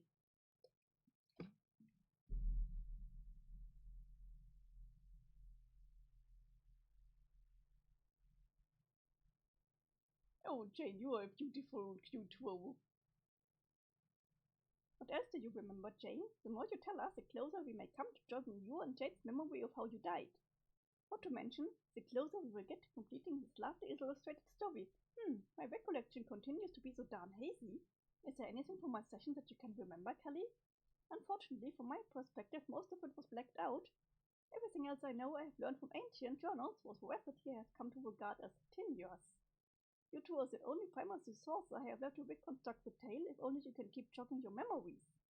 I see. Well, I do recall quite a bit more from our stint as tricksters. For some reason, all those memories are still quite vivid. I suppose I could recount more of the drunken tomfoolery and extend our trickster chapter. Oh yes, I would absolutely adore hearing more about your trickster adventures. That pleases me to no end, hearing that you experienced such joyful escapades as a result of the birthday present I gave you. Yes, joyful. That's what they were. So joyful. What a present. You are a true sweetheart, Cully. So where was I? Yes, Dirk had just decreased to the siren song of the trickster when all the rainbow magic and sparkle dust had subsided. There he stood, as stoic and rigid as ever. He was like a plank of wood in orange trousers and suspenders, a bronze stater and a silly pair of wrist warmers, a stone-faced automaton with a shock of vermilion hair, in which comfortably nestled what appeared to be an orange soft drink. The juju's potent spell seemed only to strengthen his resolve and betray no emotion whatsoever. But would his commercially facade with Taranturox's lascivious wiles? Methinks not. She advanced upon him with her magic ring, seeking a sad and incredible betrothal. Her lips puckered and quivered like an enormous cephalopod, choking the briny ocean depths for a handsome maid. Guys, I think we've heard enough about the trickster stuff. Shoot!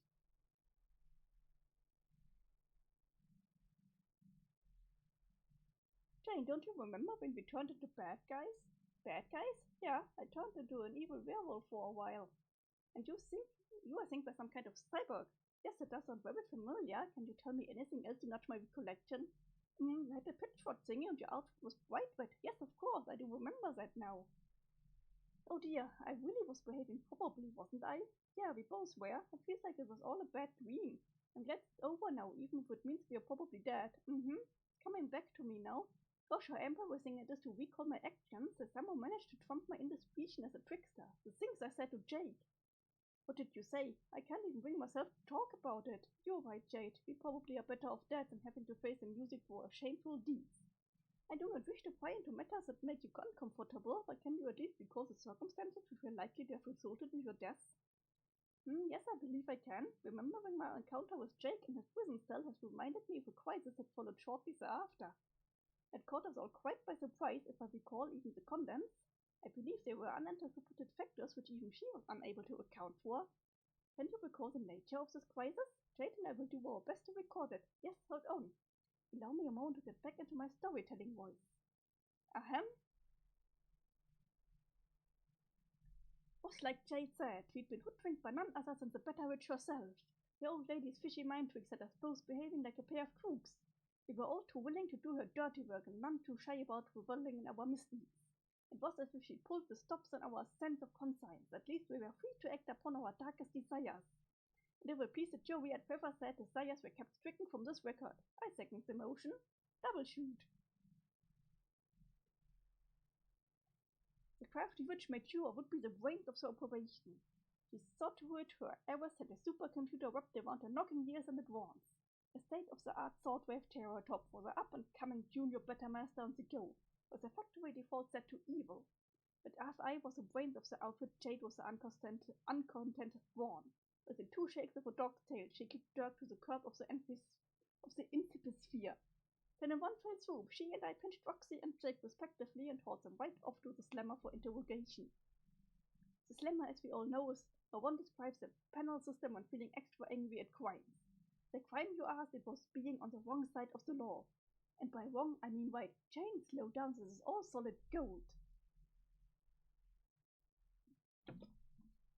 But before we could badge our helpless pals and the slammers, there was work to be done. We were to prepare for the others, scheduled to arrive shortly on a meteor from the furthest rim. I was ordered to build up the houses on our planet to reach Skaya, which said it was critical to her plans. Whereas Jade was told to intercept the meteor and scatter all her friends on the 4 new planets. They were all to be separated into pairs and prepared to receive instructions to help us advance the course. But then something went wrong, something fully unanticipated, even by the witch. Before Jade could intercept the meteor, she disappeared without a trace. I did? Jade, shit, this is getting exciting. Perhaps it's my shoddy memory acting up again, but I have no recollection of what happened to her. This left the witch's scheme in total shambles, and without Jade's unlimited power at her command, the situation on Earth was vulnerable. Jade's friends were now unaccounted for and could freely move about the medium without being caught.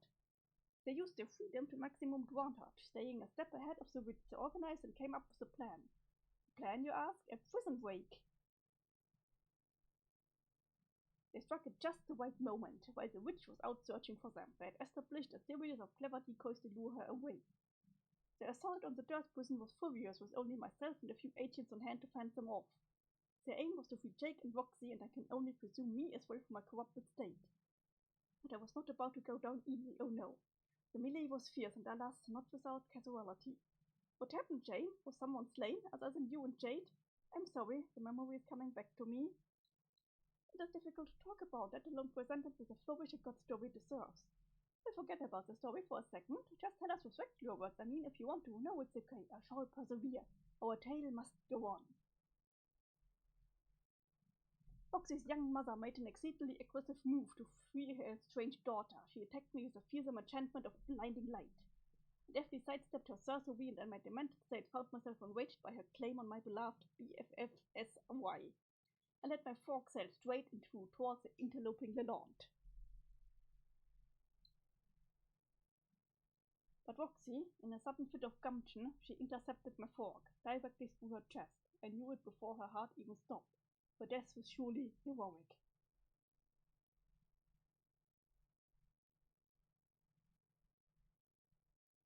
And now we know. This was a deal with the denizens. 2 of them had to die in another timeline.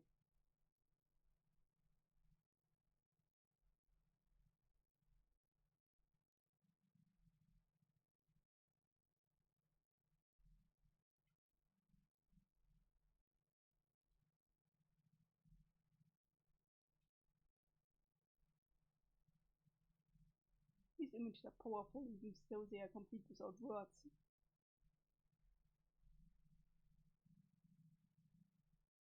Oh, it's Jasper.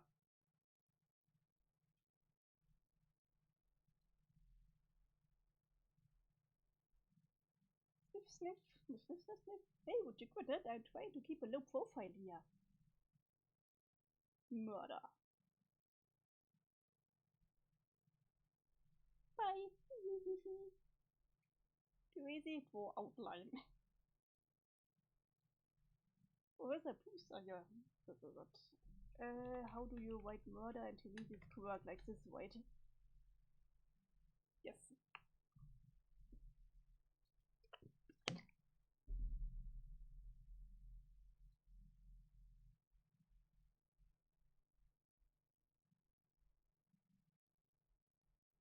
John's really having enough of seeing corpses, I see. Deploy the witness. He is critical to the investigation.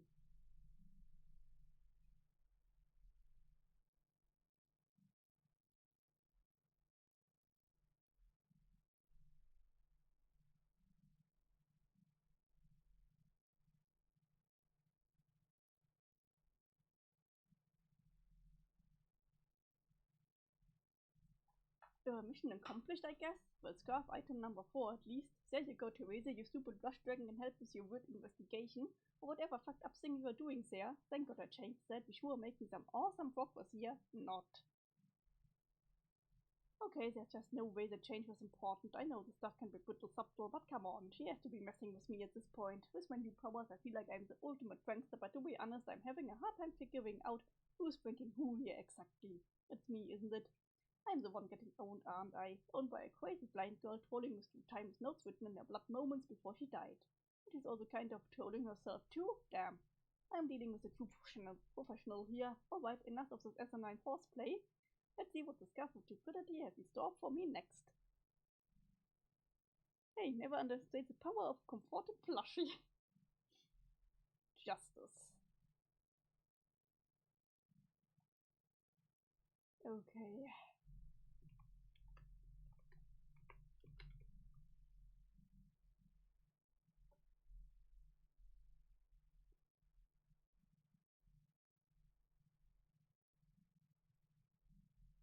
Yeesh, what a gruesome scene. I wonder which troll this was. She looks really cute. It's sad that she died. Oh, Peter.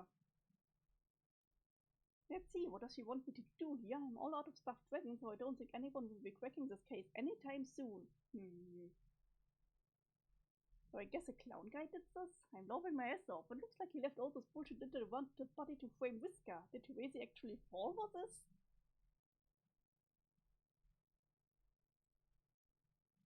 Okay, this one's easy enough. There, you're welcome, Therese. Keep up the good work at solving dumb crimes. Oops, here you come. Got to go.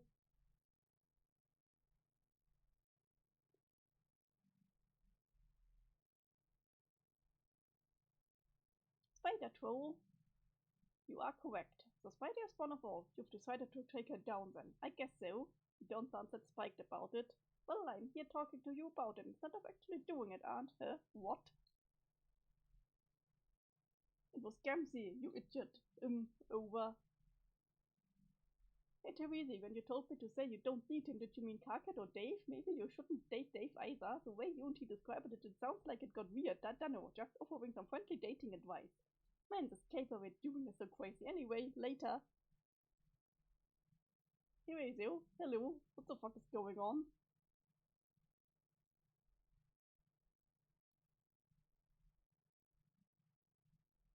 Honk. Exit door. Guess we are doing the honk.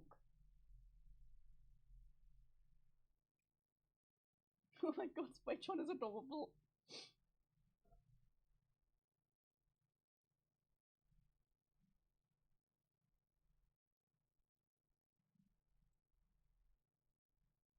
Grab a horn. You will know what to do.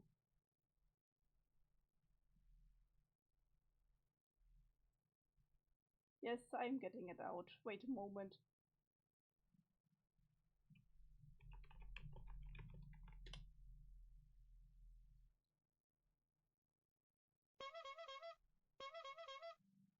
Alright.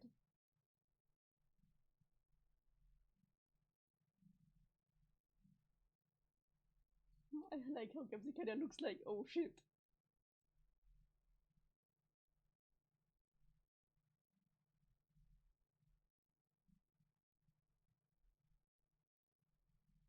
There, I honked the stupid horn. One more to go. Therese, are we getting to the point anytime soon? I'm getting tired of all this meaningless prankstaway bullshit.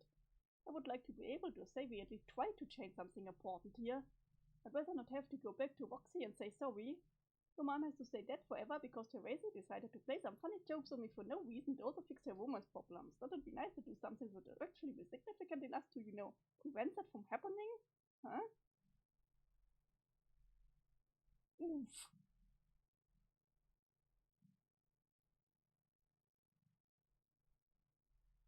Haha, hehehe. Oh, we are back to Whisker and Nina, I see. Hahaha, hehehe. Hehehe, hahaha. Oof, whoops. Hehehe, hahaha. I wonder if these are 8 laughs always. Hehehe, hahaha. I think yes. Oh no, these times it's only 6. Can you stop laughing, you two? And can you start kissing already?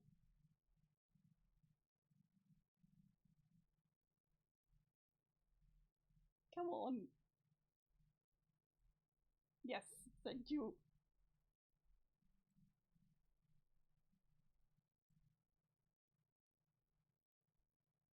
Hussy, what are you doing here?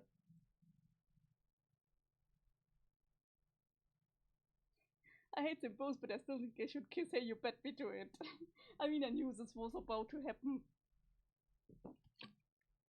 At my first time, I also was like, kiss already. Although, I kinda like Mina. I know Mina is kinda like a sociopath, but she's fun. I knew that I was the only hope for resurrection. Perhaps my cybernetic intelligence was not as flawless as I believed. In my haste to revive her and neglected to let them know I was the only chance she had, they understood the nature of my powers and may have tempered their aggression. If I wasn't so fervent to use those powers, I may not have let my guard down. Alas, I did let my guard down and visited my queen. But more importantly, my friend who surely stayed dead, poor Roxy. Do you suppose we should be expecting her ghost to join us too?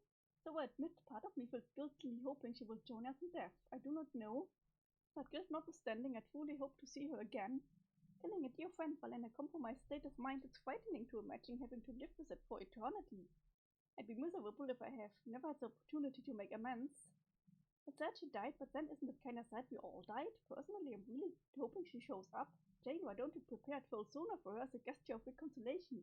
The least you can do. Why, yes, I do believe I can make that sacrifice for the good of our friendship. Huzzah!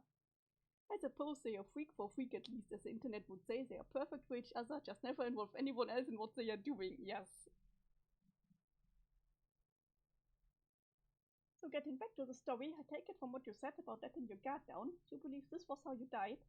I'm almost certain of it. I can remember nothing beyond that moment. If one of your friends managed to get the better of me, I have no doubt my death would have been just, considering the trouble I caused. Yeah, likewise. Do you remember who it was that killed you? Not to hound you for details, but trivia like this tends to be historically important, thus I would like to draw the scene. I'm sorry, my memory of the incident overall is quite vague, but it wouldn't surprise me if the one who dealt my fatal blow was the leader of the raid. This was the unanticipated factor. The leader was someone who was not expected to show up with them at all. The presence of this lone interloper was enough to discombobulate a scheme millions of years in the making. This hero occupied a blind spot as much to the contents as to my present recollection, but of this much I am sure. The hero was bold, wily, the sort of firebrand personality they needed to take such a stand. An intrepid soul who was not about to take the verdict of paradox space lying down. You see, Kelly, your historical documents make no mention of the leader of the raid, because originally, the curtains closed early on this plucky customer. But the hero was written back into our story by some inscrutable gambit of circumstances, which we may never fully understand. With a flourish of revisionism, the tide of luck turned on a shiny new dime. All bets were off. The tilt between the friendly and felonious was a true horse race again, a real barn burner in the brewing. Yes, there'd still be hell to pay after Jade and I made our exit, sure as sugar cubes. Had the ashes to sift, wounds to mend, fall to mourn, not being privy to the aftermath, I can only surmise as well as the next gumshoe. And with respect to the fate of our comrades, of this much I'm convinced. When the curtains finally closed this time, their leader would make sure everyone was standing on the right side of them. That is to say, the sight any interested onlooker would be able to witness. Jeez!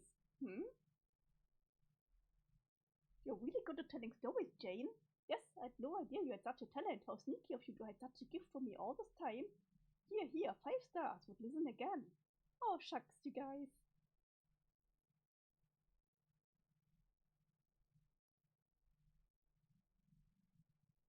Oh wow, not sure what to expect for this one. Alright, here goes. Flip. Yeah, you should know where this is going now. Knock her out. You can't let me kill her.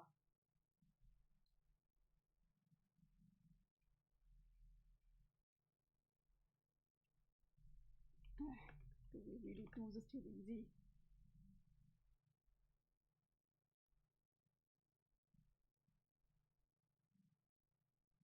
No, Teresi, don't do it! John? What are you doing back? Kapow, John, no!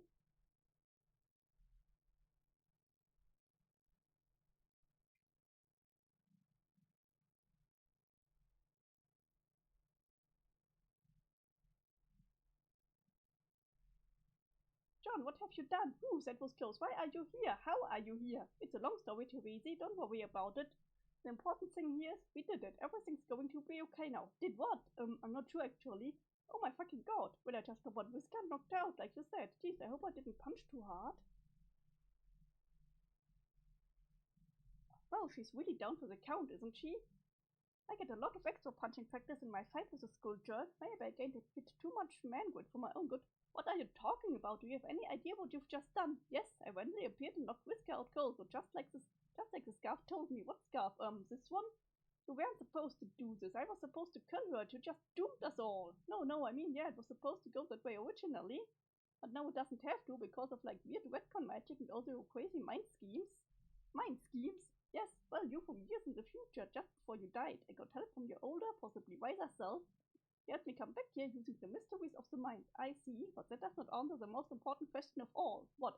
Why are you such a dog? Shut up. Let me see that scarf. No. Yes, give it here. No, quit it. You fucked with the Alpha timeline. I want answers. Hey, I had to jump through a lot of your lame pranks to be hoops to get here.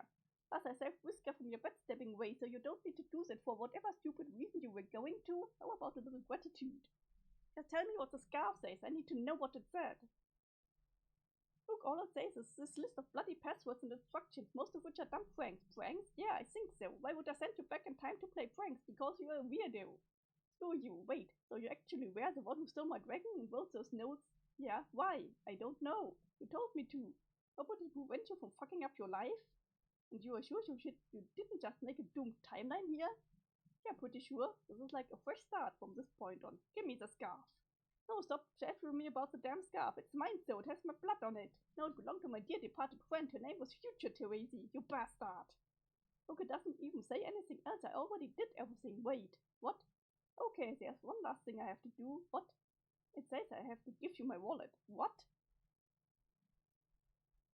But I don't actually have my wallet? You don't? No, I lost it years ago. I think I gave it to, damn, who was that? Liv Tyler, the bunny? Or was it that short chest dude? Shit! Why would I tell you to give me your wallet if you don't have it? I guess you didn't realize I lost it? Well, even I can't remember what items we still have half the time. Really, just between you, me, unconscious Whisker, and that dumb clown there, this adventure has been one huge mess.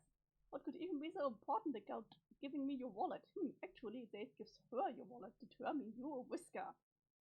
I guess it's a moot point since I don't have it. Let's just call it one small flaw in your otherwise mostly stupid plan and get on with our lives. Not my plan. Yes, it is. Or was. I mean, will be. Or won't be anymore now that we changed stuff. Shut up. Maybe if you could tell me why we need the wallet, we could make other plans to compensate. I don't know. Maybe you need to capture something really big. Like what? I don't know. It's just some vague crap you wrote on a scarf. John? Oh, fuck. How in the contemptible name of my permanently hate soul jerk of trousers can you possibly be here? No, I'm not doing this. I'm not explaining the retcon shit again. But what shit? What the fuck happened to Whisker? Is that Gamsey tied up on the floor there with a horn shoved in his mouth? That hole. Crazy, why is Gamsey tied up on the floor? I was so worried about you. I thought he had gotten to you for sure. That is sweet of you, Carcat, but there was no need to worry. I cracked the case. With investigation skills like mine, it was inevitable. Pausing myself. Okay? Would have been nice if somebody told me what sort of preposterous shit was taking place up here. What happened to Whisker? Why is she passed out on the fucking floor? Because I punched her in the face. What? You hurt me. Okay, John, listen, first of all, shut your fucking mouth. I don't even know where to begin addressing the globe-numbing absurdity of your sudden presence on this meteor. Let's just awkwardly strafe along the perimeter of the humongous stink-belching trunk beast in the room, and let the violently uninhibited nerd-quitting dominance. Why did you punch Whisker in the face? I mean, not that I necessarily blame you, but still.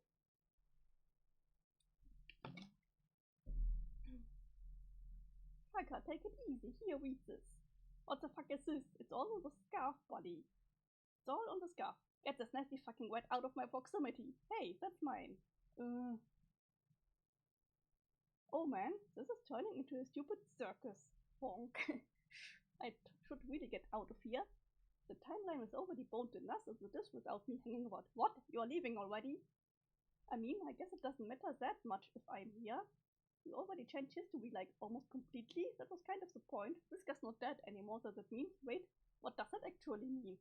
What the fuck are you talking about? What's this shit about Whisker being dead? Can someone explain this to me? Whisker's dead? No! She's asleep on the floor over there, that's what I'm saying. So that means I'll never be able to get the life ring from Tefros, but I already have the ring, so I guess it doesn't matter. Who's talking? Wait, does this really mean Whisker's ghost stops existing, or is her ghost just going to keep existing in the dream bubble because of reasons? Carcat, what is he doing here? Well, great question. Why don't you take a fucking number and get in line for that one?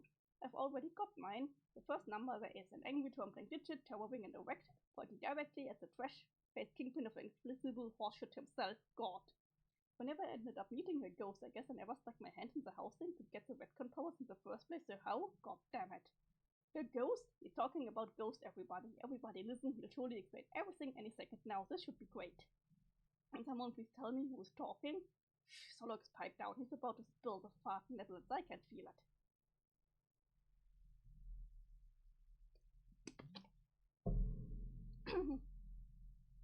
Okay guys, really, I've messed with your timeline enough as it is. Sorry for clocking you, Whisker. If you can hear me in your dreams, haha, you probably can't. But hey, I guess this means I get to meet alive you soon instead of ghost you, so that's neat. Egbert, don't you dare fuck off. Please tell her I'm sorry for punching her in the face, but also she's welcome for saving her life. I'll see you guys later, in 3 years to be precise. What? No, don't. You stay the hell put. Do you hear me, you ugly PJ packing, flip, sniffing, sniff, shit infant, white dude?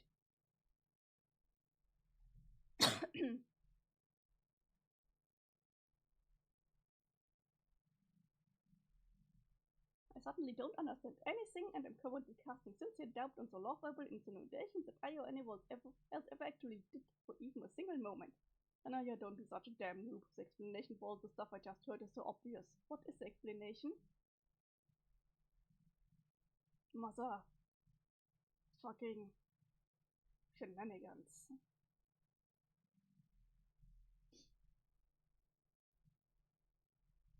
So yeah, the retcon is not killing Whisker, and I'm not fine with that. And I'm going to stop it here now because my voice is completely gone. Not completely gone, but you probably noticed it. So, thank you so much for watching. Have a good day or a good night, and I hope I see you again next week.